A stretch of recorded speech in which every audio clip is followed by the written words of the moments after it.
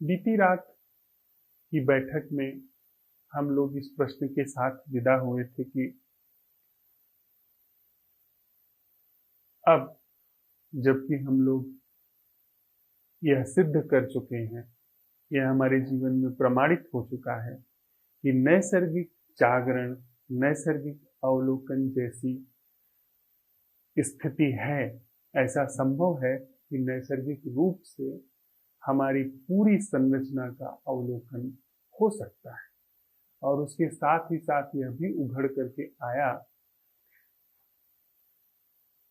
कि वह नैसर्गिक अवलोकन या नैसर्गिक जागरण एक जीवन धारा के रूप में है। हमने अपनी जीवन संरचना के अवलोकन के लिए असंभव प्रश्न उठाया और उस उठे हुए प्रश्न में हमने पाया कि यह अवलोकन तो हुआ ही हुआ जो अब तक का हमारा जीवन है उसका, साथ ही इस अवलोकन ने उस जीवन को भी उघाड़ दिया जो कि नैसर्गिक है, जो कि हमारे द्वारा बनाया हुआ नहीं, जो कि हमारे सोच विचार का परिणाम नहीं है, और वह जीना जागरण के रूप में है। चीजें बदल रही हैं पर वह जागरण कहीं नहीं आ जा रहा है।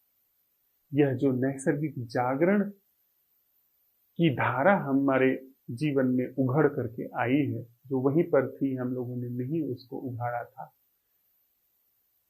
उसने, उस धारा ने जो रही सही भी इस बनावटी जीवन की आस थी, इसकी खुरचन थी, उसको भी पोंछ दिया, उसको भी मिटा दिया। क्योंकि जब हमें कुछ सच पता चल जाता है तो झूठ अपने आप गिर जाता है। हमें जिस चीज का सच पता चल जाता है उसके विषय में हमारे सारे वहम, सारे भ्रम तत्क्षण गिर जाते हैं। फिर हम जो सच के रूप में प्रमाणित हुआ है उसको ही, उसके ही तथ्य को मान करके चलते हैं। कोई व्यक्ति यदि धर्मशाला इस जगह पर न आया हो और उसने इस जगह के बारे में खूब सुन रखा हो, तो उसके अंदर जो इस जगह के प्रति प्रतिमा बनती है, ख्याल बनता है, वो उसके द्वारा देखी गई जगहों के जोड़ तोड़ का एक समुच्चय होता है, एक निर्माण होता है। किसी ने कहा वह पहाड़ की गोद में जगह है, तो उसने कहीं पहाड़ की गोद में यदि वह गया है तो उस जगह की जो स्मृति है उसको ले लिया। वहां पर मौसम बहुत सुंदर है तो कहीं सुंदर मौसम में गया होगा, उसको ले लिया। वहां फूल खिले हैं, उसने खिले हुए फूल कहीं देखे होंगे तो वो ले लिया। उन सारी स्मृतियों को जोड़ करके वो इस धर्मशाला के बारे में अपने अंदर एक प्रतिमा का निर्माण कर लेता है। लेकिन जब कोई वह व्यक्ति यहाँ आता है तो उसके अंदर चाहे 50 वर्षों से कोई प्रतिमा रही हो इस जगह के बारे में, लेकिन यहाँ आते ही वो सारी प्रतिमाएं, सारी छवियां, सारे ख्याल एक क्षण में विसर्जित हो जाती हैं। क्योंकि सच्ची धर्मशाला में आकर के उसने देख लिया कि यहाँ का दृश्य कैसा है, यहाँ का मौसम कैसा है, यहाँ के पहाड़ कैसे हैं। वह पुराना सारा कुछ विसर्जित हो जाता है। ऐसे ही जब सच्चे जीवन का हमारे जीवन में उद्घाटन हो चला तो जो अब तक का जीवन है वो अपने आप विसर्जित हो चला है।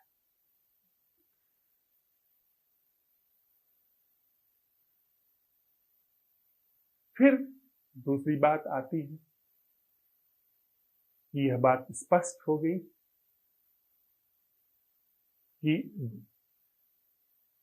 बिना मेरी पूरी संरचना का अवलोकन संभव है, साथ ही बिना मेरे किए, बिना मेरी उपस्थिति के जीवन भी संभव है जो कि पहले प्रमाणित नहीं था। और ऐसा जीवन संभव है जो जागरण का स्वरूप है, ऐसा जीवन संभव है जिसमें कोई दुख नहीं है, ऐसा जीवन संभव है जिसमें मृत्यु की कोई रेखा नहीं नजर आती है। यह प्रमाणित हो गया भली भांति।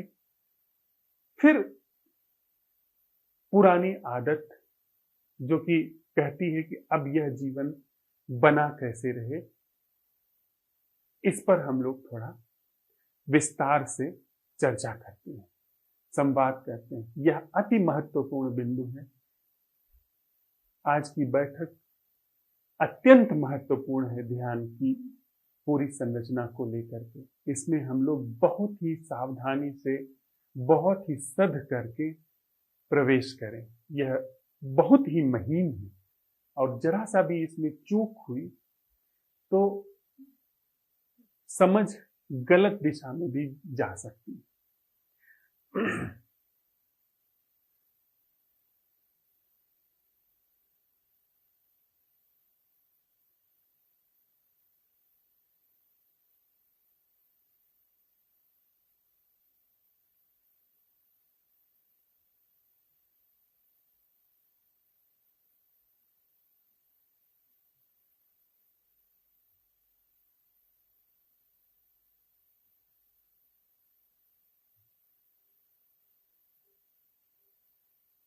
एक छोटी सी कहानी है, उससे थोड़ा हमें समझने में मदद मिलेगी।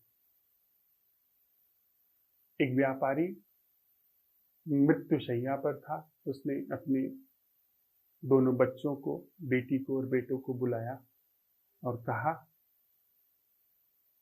कि तुम लोग एक दूसरे के सहयोगी बन करके व्यापार बढ़ाना आगे और जीवन बड़े प्रेम से जीना, एक दूसरे के लिए हमेशा मौजूद रहना। उन भाई बहन ने वह बात गांठ बांध ली और वैसे जीने लगे। समय बीता, वह लड़का बड़ा हुआ। उसने खूब सारा सामान उस देश में जो होता था वो इकट्ठा किया, वहाँ के मसाले, वहाँ के रत्न इकट्ठा किया और उन देशों पर व्यापार करने के लिए निकला जहाँ पर भी चीजें नहीं पाई जाती हैं। उसने 3 खूब बड़े बड़े पानी के जहाज भरे और उनको लेकर के वो व्यापार करने के लिए निकला। निकलने से पहले दोनों भाई बहन लिपट के एक दूसरे को रो करके विदा दिए। भाई ने वायदा किया कि मैं जल्दी ही लौटूंगा और तुम्हारे लिए खूब सारे उपहार लाऊंगा और धूमधाम से हम तुम्हारा विवाह करेंगे। और बहन ने भी कहा कि मैं तुम्हारी प्रतीक्षा करूंगी, जल्दी लौटना। दोनों गए। वह लड़का गया दूर देश। वह जहां की यात्रा महीने भर की थी, वो इतने भारी भारी जहाज लिए हुए था कि उस यात्रा को पूरा करने में उसे 3 वर्ष लग गए। लेकिन वह पहुंचा उस देश में। वहां जाकर के उसने अपना लंगर डाला और कुछ बहुमूल्य रत्न, कुछ बहुमूल्य रेशमी मखमल के वस्त्र लेकर के वो वहां के राजा के पास पहुंचा। वहां जाकर के उसने उनको भेंट किया, कहा कि मैं आपके यहाँ व्यापार करने की अनुमति चाहता हूँ आपसे। राजा ने ऐसे रत्न नहीं देखे थे कभी, ऐसे वस्त्र नहीं देखे थे कभी, बड़ा प्रसन्न हुआ। उसने कहा कि यहाँ का जो प्रमुख बाजार है, उसकी जो सबसे प्रमुख जगह है, वहां पर रह करके तुम अपना व्यापार करो और मैं खुद कल तुम्हारे प्रतिष्ठान में आऊंगा तुम्हारी चीजों की प्रदर्शनी देखने के लिए। उस लड़के को अनुमति मिल गई। उसने अपना सारा सामान वहां पर सजा लिया बेचने के लिए। लोग आने लगे। जब वह लड़का चल रहा था अपनी बहन से विदा होकर के, तो उसने अपनी एक पोर्ट्रेट, अपना एक तैलचित्र और उसकी बहन ने अपना तैलचित्र, एक पेंटिंग एक दूसरे को साझा की थी। बहन की पेंटिंग भाई के पास थी, भाई की पेंटिंग बहन के पास थी, ताकि दोनों एक दूसरे को याद रखें। उसने वह पेंटिंग अपनी बहन की अपनी दुकान में सजा दी। जब राजा आया उसने सारी चीजें देखी और उसकी बहन की वह तस्वीर देखा, वह मुग्ध हो गया। उसने ऐसी सुंदर युवती नहीं देखी थी। उसने पूछा, यह कौन है? तो उस लड़के ने बताया, यह मेरी बहन है। राजा ने कहा कि यह तो बहुत सुंदर है, मैंने ऐसी युवती अपने जीवन में नहीं देखी थी, इसके कुछ चाल चरित्र के विषय में बताओ। उसने कहा कि यह बहुत ही मृदुभाषी, बहुत सारे सद्गुणों से संपन्न मेरी बहन है और कुंवारी है। उसने कहा कि तुम्हारी बात पर मैं भरोसा करके और मैं इससे विवाह करना चाहता हूं, मेरा प्रस्ताव स्वीकार करो। अभी वह लड़का कुछ कहता, तभी उसका जो सेनापति था राजा का, उसको यह बात बुरी लगी।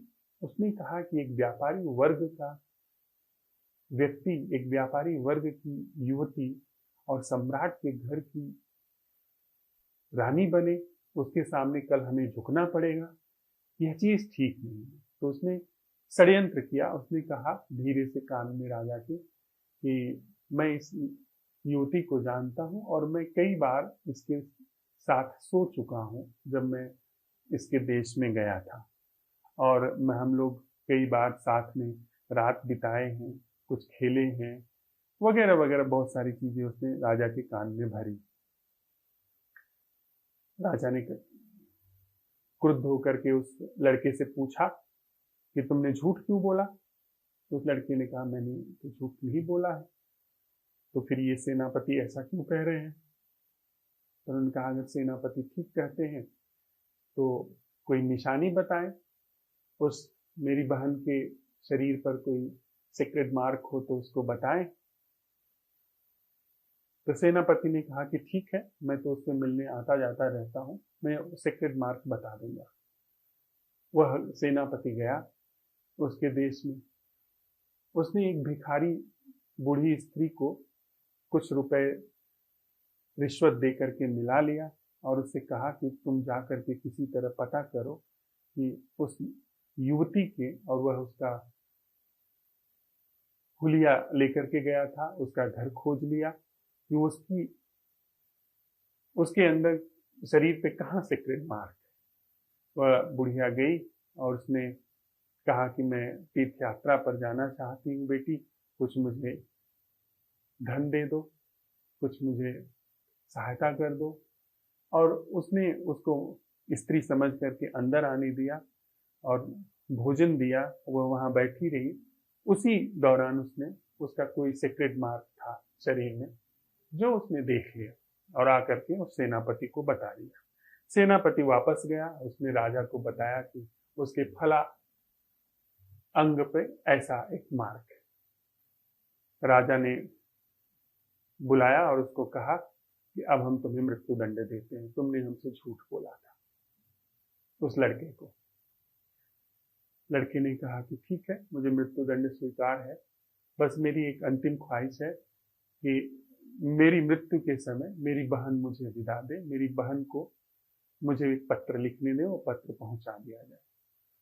पत्र पहुंचाया गया, उसकी बहन आई, वह उस राज्य में आई, नगर में रुकी बिना किसी को पता चले, और उसने रास्ते में आते समय एक सुंदर सा दास्ताना बुना, और जहां पर वह उसका फांसी दिया जाना था उस व्यापारी लड़के को, उस जगह पर वह पहुंची। राजा भी बैठा था, सेनापति थे, और बस अब उसको फांसी दी ही जाने वाली थी। किसी को यह नहीं पता था कि वह युवती कौन है, लोगों को पता नहीं चला कि वह आई है कि नहीं आई है, बस ये था कि अगर उसे आना होगा तो आ जाएगी। वह युवती सीधे राजा के पास पहुंची और उसने जो दस्ताना बुना था एक हाथ का, राजा को भेंट किया। राजा ने वह दस्ताना देखा और जो बहुत सुंदर था, उसमें हीरे मोती भी जड़े थे, असाधारण कारीगरी थी उस पर। उसने कहा कि यह तो बहुत सुंदर है, पर इसका दूसरे हाथ का कहाँ है? तो उसने कहा कि दूसरे हाथ का दरअसल आपके सेनापति ने चुरा लिया है। राजा ने कहा कि चुरा लिया है मेरे सेनापति ने? तो उन्होंने कहा, जी हाँ, वे मेरे पास आते रहते हैं। मेरे साथ उन्होंने कई रातें बिताई हैं। मेरे साथ उन्होंने बहुत सारे खेल खेले हैं। हम लोग को घूमे हैं, भोजन किया है हमने साथ में। तो एक बार, इस बार जब वो आए तो उन्होंने ये दस्ताना चुरा लिया, जबकि यह दस्ताना मैंने आपको भेंट करने के लिए रखा था। राजा ने तुरंत सेनापति को बुलाया, कहा कि तुमने एक दस्ताना चुरा लिया इस लड़की के घर आते जाते थे। सेनापति ने उस लड़की को देखा, कहा कि अरे, मैंने तो कभी इस लड़की को देखा तक नहीं है। इससे मिलने जुलने की बात तो बेमानी है। तो कहा, मैं कब तुम्हारे घर आया गया? मैंने कब तुम्हारे साथ भोजन किया? मैंने कब तुम्हारे साथ खेला? मैंने तुम्हें आज तक जीवन में देखा ही नहीं। तो उस युवती ने कहा, जब आज तक आपने मुझे देखा ही नहीं था तो किस आधार पर आपने कहा कि मेरे भाई को फांसी दी जाए? मेरे भाई की फांसी देने के आप कारण बन रहे हैं। तो उन्होंने पूछा कि तुम्हारा भाई कौन है? तो उसने कहा कि जिसकी फांसी दी जानी है। मैं वही युवती हूँ जो इसकी बहन है। राजा ने तुरंत सेनापति को फांसी दे दी और उस युवती से विवाह कर लिया। हमारे भीतर एक जीने वाला ऐसा बैठा है जिसकी भूमिका उस सेनापति जैसी है, जो दावा करता है कि मैंने जिया है, मैं जीने वाला हूं, मुझे जीवन के सब राज पता है, जीवन का सारा रहस्य पता है। हम देखिए ना, तुम जीने वाले के रूप में बने हुए हैं। सारा षड्यंत्र हमने बनाया हुआ है कि जीवन का कर्णधार मैं हूं, जीवन का आधार मैं हूं। लेकिन यह असंभव प्रश्न जो है वह उस जगह पर ला करके खड़ा करता है, उस सत्यापन पर ला करके खड़ा करता है जैसे उस युवती ने किया। जैसे जब वह युवती ने किया तो दूध का दूध, पानी का पानी हो जाता है। युवती ने जब ये कहा कि दूसरा दस्ताना आपने चुराया था, तो कभी जीवन की भेंट ही नहीं हुई है, यथार्थ जीवन की तो कभी मैं से भेंट ही नहीं हुई है, तो दूध का दूध, पानी का पानी हो जाता है। मैं कहता है कि नहीं, मैं तो ऐसा कुछ जानता ही नहीं, मेरे बस की ही बात नहीं। अपने आप उसकी भूमिका एक तरफ सरक करके छट जाती है। यानी जब हम यह असंभव प्रश्न उठाते हैं, यह सारा जीवन हमने जिया हुआ है जिसमें सब तरीके के दुख हैं, पीड़ाएं झेली हैं, संताप झेले हैं, द्वंद्व झेले हैं। इस जीवन में जब हम यह प्रश्न उठाते हैं कि क्या कोई जीना ऐसा है जो दुख से सर्वथा मुक्त है, जो विभाजन से सर्वथा मुक्त है, तो उसका उत्तर इस मैं के पास नहीं होता है। इसमें सिर्फ दुख जाना है। जब यह प्रश्न उठता है कि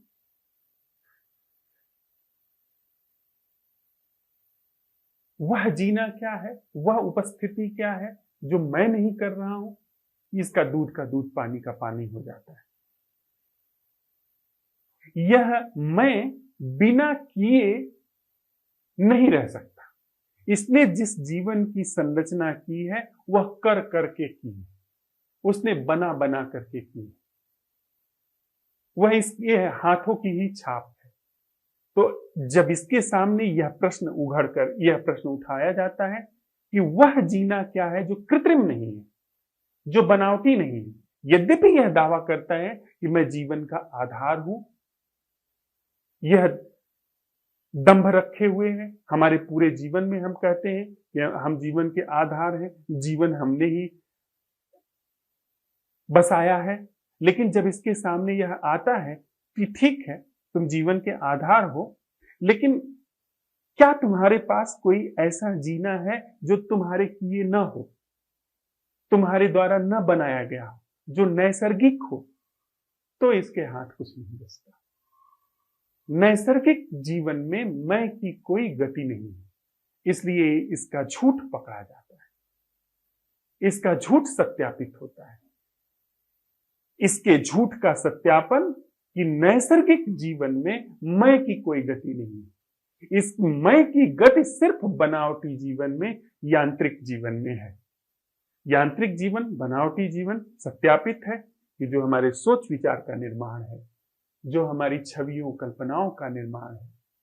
जब इसके सामने यह प्रश्न उठाया जाता है कि संबंध में वह संबंध क्या है जो बनावटी नहीं है, तो इसने सिर्फ बनावटी संबंध जाने हैं, इसने सिर्फ बनावटी संबंध विकसित किए हैं। इसने दूसरे की छवि बनाई है, अपनी छवि बनाई है, और दोनों छवियों में खूब सारा सम्मोहन पिरोया है, खूब सारा उसमें संस्कार पिरोया है और जोड़ करके रखा है। लेकिन जब इसका सत्यापन होता है कि संस्कार, सम्मोहन, ये सब तो कृत्रिम संरचना के हिस्से हैं, बनावटी संरचना के हिस्से हैं। नैसर्गिक संबंध क्या है, इसके पास कोई जवाब नहीं। जैसे उस सेनापति के पास कोई जवाब नहीं था कि अगर तुमने सच में ही नैसर्गिक जीवन पाया है, सच में ही तुम उसी स्त्री के साथ सोए हो, तो उसका चेहरा भी पहचानते होगे, पर वो सोया ही नहीं था, कभी उसकी भेंट ही नहीं हुई थी। तो नैसर्गिक जीवन से मैं की कभी भेंट ही नहीं हो सकती है, हुई ही नहीं है कभी। इसने बस दंभ रखा है, षड्यंत्र रचा है, और यह वहां पकड़ा गया।